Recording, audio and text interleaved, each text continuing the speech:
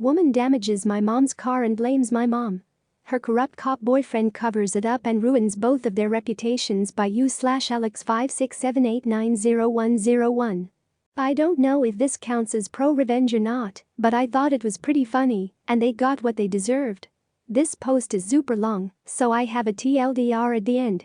For some background, I live in a predominantly white suburban town in New Jersey, and my family is Asian. Although the town is alright for the most part, it is not really a secret that some of the townspeople are pretty racist. One of our neighbors, let's call him Anthony, is a retired police captain from another town, but he is friends with my town's police chief.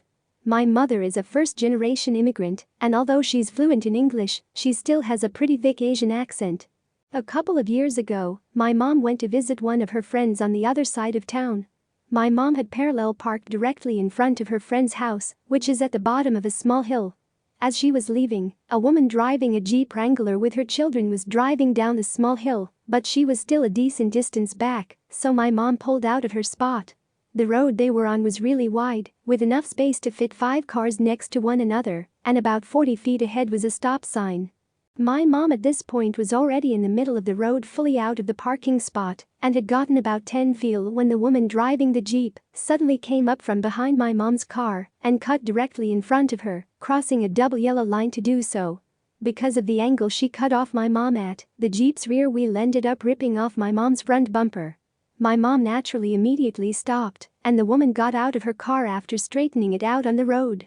As soon as she stepped out of her car, this woman, we'll call her Karen, immediately starts cursing my mom out at the top of her lungs. Karen told my mom to call the police, but my mom told her that her phone had died. My mom's friend and her son, as well as the neighbor, came out of the house after hearing the commotion to see what had happened. The neighbor, an elderly man, asked what happened and Karen yelled, "Are you f***ing blind? A f***ing accident happened. Go call the police. I need to call my boyfriend." The son had taken a law class in college, so he offered to take a bunch of pictures of the scene of the accident and send them to my mom later. This becomes super important later. The neighbor calls the police, but Karen's boyfriend arrives at the scene first. When the cop, let's call him Kenny, finally arrives, he asked my mom what happened. Just as my mom had just started saying her side of the story, the cop says, "Wait just a minute," and walks over to the boyfriend. As it turns out, the boyfriend, we'll call him Sam, was a cop in the town who was pretty popular with the kids in the middle schools, since he would occasionally visit to talk about things like DARE and other things in assemblies. Sam was off duty at the time, so he was able to come over when Karen called him. As soon as Kenny saw his bud Sam, he immediately went to go talk with him, rather than with my mom or with Karen.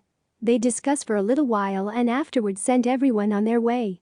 My mom tried to talk to Kenny before he left, but Kenny just brushed it off and said he got the details he needed and that my mom would be able to get the police report in about a week or two. When my mom receives the police report, she saw that it said that she pulled out without using her blinkers suddenly and hit Karen's car. On top of that, Karen was expecting for my mom's insurance to pay for the damage done to her rear wheel. My mom went to my neighbor Anthony to ask what she should do about the report, since it was clearly wrong. Anthony was furious and told her that she should go to the police station and ask to see the chief, and if they ask why she needs to see him, she should tell them that it's because she wants to file an internal complaint. That day, my mom takes the photograph sent to her by the son and goes to the police station and asks the person working the front desk to see the chief. The cop says that she could not just walk in and ask for the chief, so my mom responds, "Okay, so where should I go to file an internal complaint?" And the cop immediately straightens up and says, "Right here. Come with me." He leads her into the back. The deputy chief steps into the room and started recording the conversation. Since the chief was out, my mom presented all of the evidence to him instead. After presenting the evidence to show that it was in fact Karen that hit her instead of the other way around, my mom also says that she would like to file a corruption complaint against both Kenny and Sam. Kenny clearly did not do his job properly, since he did not properly ask the actual people involved in the accident and did not even note the fact that there were 2 passengers in Karen's car in the report. Even Karen later admitted to an investigator that Kenny never once spoke to her. My mom even threw in the racist card for good measure, saying maybe Kenny wouldn't listen to her and brushed her off because of her thick Asian accent. Sam meanwhile had interfered with the investigation despite not being at the scene of the crime during the time of the accident. The deputy chief says he will start an internal investigation and will see if anything needs to be done. Meanwhile, my mom also filed a claim to her insurance and presented the evidence to them too, and her insurance decides since the accident, in their eyes, was clearly not her fault, they weren't going to pay Karen a penny, and that they would contact Karen's insurance to pay my mom instead.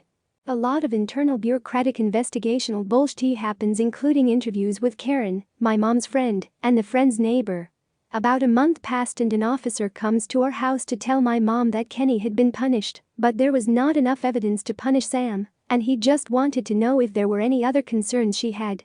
Since Karen seemingly had not done anything to further warrant any action and the damage to the car was paid for, my mom said that there was nothing else. This is the fun part. 3 days after the officer came to our door, a letter came in the mail for a court hearing. Turns out, Karen decided to file 3 tickets about my mom just 1 day before the statute of limitations. Apparently, in New Jersey, citizens are allowed to file complaints about other citizens breaking the law, a thing that our family had never heard of before until this happened, and because of how late she filed these complaints, by the time we received them in the mail, we could not even counter-complain, and the only options were to pay the fine or to go to court. We assumed that Karen learned about being able to file a complaint from Sam because no SHT, and that the only reason she was willing to go this far is because she heard my mom had a super thick Asian accent and assumed that my mom wouldn't know what to do about the tickets and would just pay up. What she didn't count on was the fact that my mom is actually really aggressive with an absolutely massive network of people that she knows. Within a day, my mom hired a lawyer to fight the case, and they immediately asked to change the court from the small court in our town to one of the large courts a couple of towns away. The logic was that as she fought the case in our town, my mom would be at a disadvantage since her case was essentially going against our town's beloved police force, but by putting it in a different town, the playing field would be even.